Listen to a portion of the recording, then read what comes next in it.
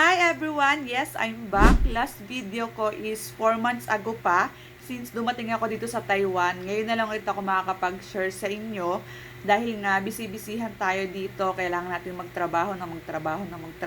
Kaya nga nandito tayo sa abroad. Siyempre, for the future, kailangan natin maging hardworking. Wow! So, ayan na nga sa mga bago pa lang dito, I'm Mama Sin and this channel is about online lending app. Dito pinag-uusapan natin yung mga pautangan online, mapa Pilipinas man yan or mapa abroad.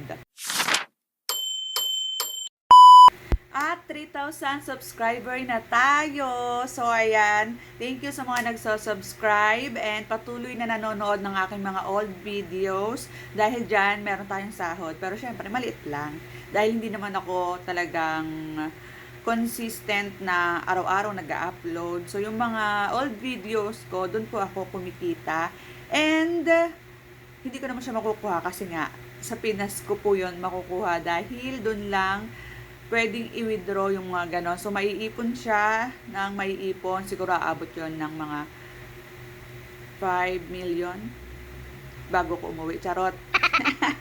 Eme lang. So, ayan. By the way, thank you dahil nadagdagan tayo. 3,000 something na hindi ko tanda pero at least umuusad kahit mabagal, di ba? So, ayan na nga. Let's start sa our topic. So, ngayon pag-uusapan natin ang apat na pwedeng hiraman ng mga OFW. So, ito ay legit. Pero, syempre, panoorin itong video na to para naman malaman mo yung iba pang informasyon about dito. Ano nga ba yung apat na lending app na pwedeng hiraman ng mga OFW? So, una dito ay si Cebuana Luwilier. So, si Cebuana Luwilier ay ilang beses ko nang na-explain. Hindi lang isa or dalawa. Pero kahit ganon, meron pa rin talaga nagtatanong about dito. Siguro dahil hindi complete yung details ko or hindi nila pinanood ng buo yung aking video. And this time, bakit nga ba? Pag-uusapan na naman natin, bakit paulit-ulit? Kasi nga po, si Cebuana Luwilier ay talagang legit na pautangan na pwede sa OFW. So, pwede ka ditong mag-online, pwede rin naman dito ang walk-in. So, ang pangalawa natin ay si Balikbayad OFW Loan.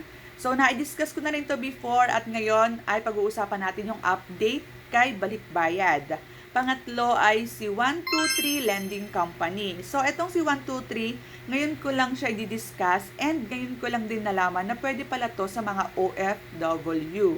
At ang pang-apat naman ay si Peso Loan. Alam kong very familiar kayo kay Peso Loan kasi nga nasa Play Store lang to and then you can easily download. Pero syempre, bago nga naman yan, ay panoorin nyo muna tong video na to para at least magkaroon kayo ng idea or magkaroon kayo ng bagong information about sa mga yan. At kung interesado ka talaga, keep on watching. And no worries kasi itong apat na i-share ko sa inyo ay SEC registered. So talagang legit sila na nagpapahiram ng pera sa mga OFW. So unahin na natin dito si Cebuana Luwilier. So dito ay pwede kang humiram ng 10,000 pesos hanggang 500,000 pesos. So syempre nakadepende yon kung magkano ba yung sahod mo every month. And ang terms nila dito ay dapat 1 to 2 years pa ang contract mo, hindi yung ilang months ka na lang saka ka mag-a-apply ng loan sa kanila. Ilang months na lang tapos na yung kontrata mo saka ka mag-a-apply ng loan sa kanila, hindi po pwede yon. At pwede mo tong bayaran ng up to 5 months or 1 year. So ano nga ba yung mga kailangan para makapag-apply dito? So kailangan dito ng 2 valid IDs, proof of income, contract, plus DMW and OEC. So, kailangan din dito ng co-borrower na nasa Pinas. Ang kailangan lang naman sa co-borrower is yung kanyang valid ID. And then, paano nga ba mag-apply ng loan dito? So, last time, meron akong binigay na tao sa Facebook na pwede niyong kontakin, pwede niyong reach out para makapag-apply kayo ng loan. Pero, pwede rin naman kayo pumunta sa kanilang website. So, i-search nyo lang ang Cebuana Luwilier, OFWloan.com, and then meron dong loan specialist na siyang mag-a-assist sa inyo. At kapag naman na-aprobahan kayo dito, ang pera ay pwede nyong i-claim sa Cebuana branch sa Pinas. So, pwede naman ditong mag-claim ay yung co-borrower mo, ilagay mo lang yung kanyang full name. Dito kay Cebuana is meron din silang pricing fee na 5.5%. So, hindi ito katulad ng mga scam na lending app na kailangan mo munang magbigay ng pricing fee. So, dito wala kang ilalabas kahit piso. Kailangan mo lang ay maipasa yung mga requirements na hinihingi nila. And then, once nga na naaprubahan ka, yung pricing fee ay auto-deduct na dun sa pera na ipapadala nila sa'yo or dun sa pera na makukuha mo.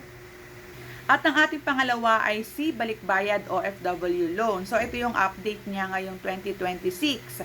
Dito, pwede kang humiram hanggang 100,000 pesos. Pwede mo tong bayaran sa loob ng 3 buwan hanggang 18 months. At ang interest nila ay 0.16% per day. So, kung gusto nyo mag-apply dito, you can visit their website. So, isearch nyo lang nga ang Balikbayad OFW Loan and then meron dong step by step. Sundin nyo lang yung instruction para kayo ay makahiram ng pera sa kanila. At ang pangatlo natin ay si 123 Lending OFW Loan. So, dito pwede kang humiram ng 1,000 pesos hanggang 50,000 pesos. So, medyo maliit lang yung offer nito. So, at least ito ay legit kahit hindi ganun kataas yung ino-offer nila.